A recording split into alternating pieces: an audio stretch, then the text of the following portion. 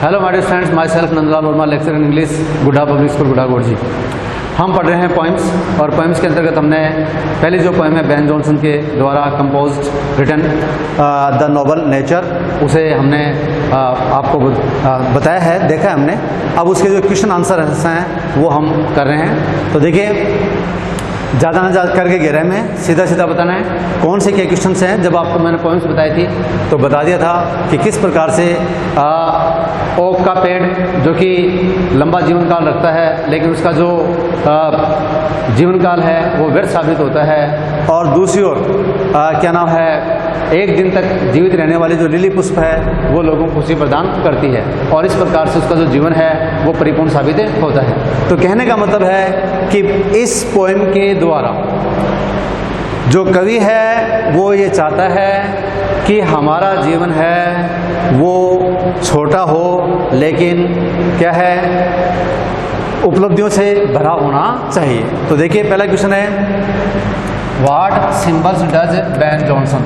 तो बेटा एक तो मैं आप लोगों को ये बता दूंगा कि जो सिंपल प्रेजेंट टेंस है आप उसको अच्छी तरीके से दिमाग में उठा लीजिए। जितने भी क्वेश्चन आंसर्स हैं पोएम्स के वो आपको सिंपल प्रेजेंट टेंस में ही देने हैं, ठीक है। तो देखिए, सिंपल प्रेजेंट टेंस में चल रहा पूरा, what symbols does Ben Jonson draw from nature, यानी जो बेन जॉनसन है इस कविता के जो लेखक हैं, कवि हैं वो, ठीक है, उनका नाम दिया है कि बेन जॉनसन है। इस कविता के माध्यम से what symbol does Ben draw from nature, यानी बेन जॉनसन है वो कौन से जो सिंबल्स का मतलब प्रतीक हैं, ड्रा फ्रॉम नेचर प्रकृति से लेते हैं।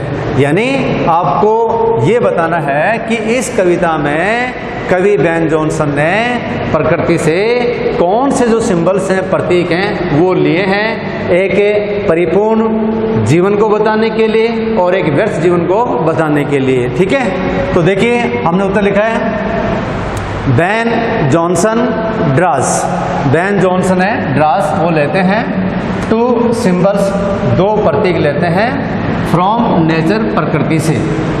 एन ओक ट्री, एक तो बेटा ओक का पेड़, एंड ए लिली फ्लावर, और दूसरा है लिली का पुष्प, ठीक है। अब मैंने पोएम पढ़ाई थी, आपको बताया था कि जो लिली का पुष्प है उसका जो जीवन काल है बहुत ही छोटा होता है, ठीक है।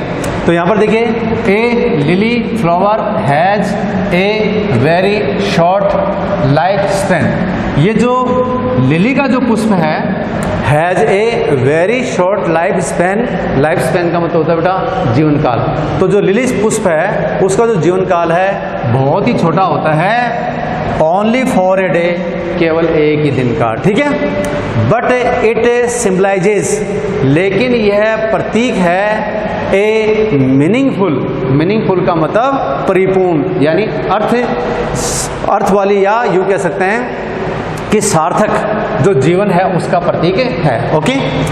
एन ओक ट्री, और एक ओक का पेड़, इज बिग इन साइज, आकार में बड़ा होता है, and has a long time span, या लॉन्ग लाइफ स्पैन यूँ भी कह सकते हैं। तो एक लंबा जीवन काल रखता है ऑफ 300 ईयर्स, 300 वर्षों का, ठीक है। कितने वर्षों का? 300 वर्षों का। इट्स लाइफ, लेकिन इसका जो जीवन है प्रूव्स यूजलेस, व्यर्थ साबित होता है इन द एंड, अंत के अंदर, ठीक है। तो इस प्रकार से अपन देखते हैं दो सिंबल लिए हैं, एक ओक का पेड़ और एक लिली का पुष्प। लिली का जीवन है वो सार्थक होता है, मीनिंगफुल होता है, फुल ऑफ अचीवमेंट्स होता है, जबकि हम देखते हैं कि जो ओक का जो पेड़ है उसका जो जीवन है व्यर्थ साबित होता है। आगे क्वेश्चन है मेंशन, मेंशन का मतलब होता है जिक्र करना, नरेट करना, एक्सप्रेस करना, बताना, टेल, है ना। तो मेंशन जिक्र कीजिए द क्वालिटीज, गुणों का, ऑफ एन ओक, एक ओक के पेड़ का। तो एक ओक का जो वृक्ष होता है उसमें क्या क्वालिटीज हैं उनके बारे में बताइए। तो देखिए, हमने लिखा है अकॉर्डिंग टू दी पोइट, कवि के अनुसार an oak tree has a long life span,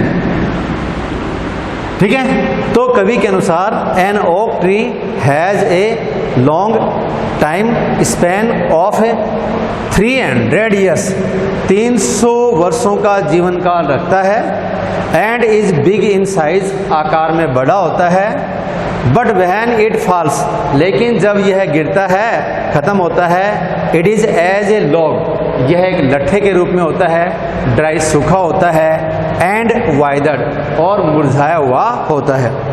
सो अतः it can be said that, अतः कहा जा सकता है कि इट्स लाइफ प्रूव्स, इसका जीवन साबित होता है, इन वैन यानी कि व्यर्थ में साबित होता है, इसका जीवन जो व्यर्थ साबित होता है। ठीक है।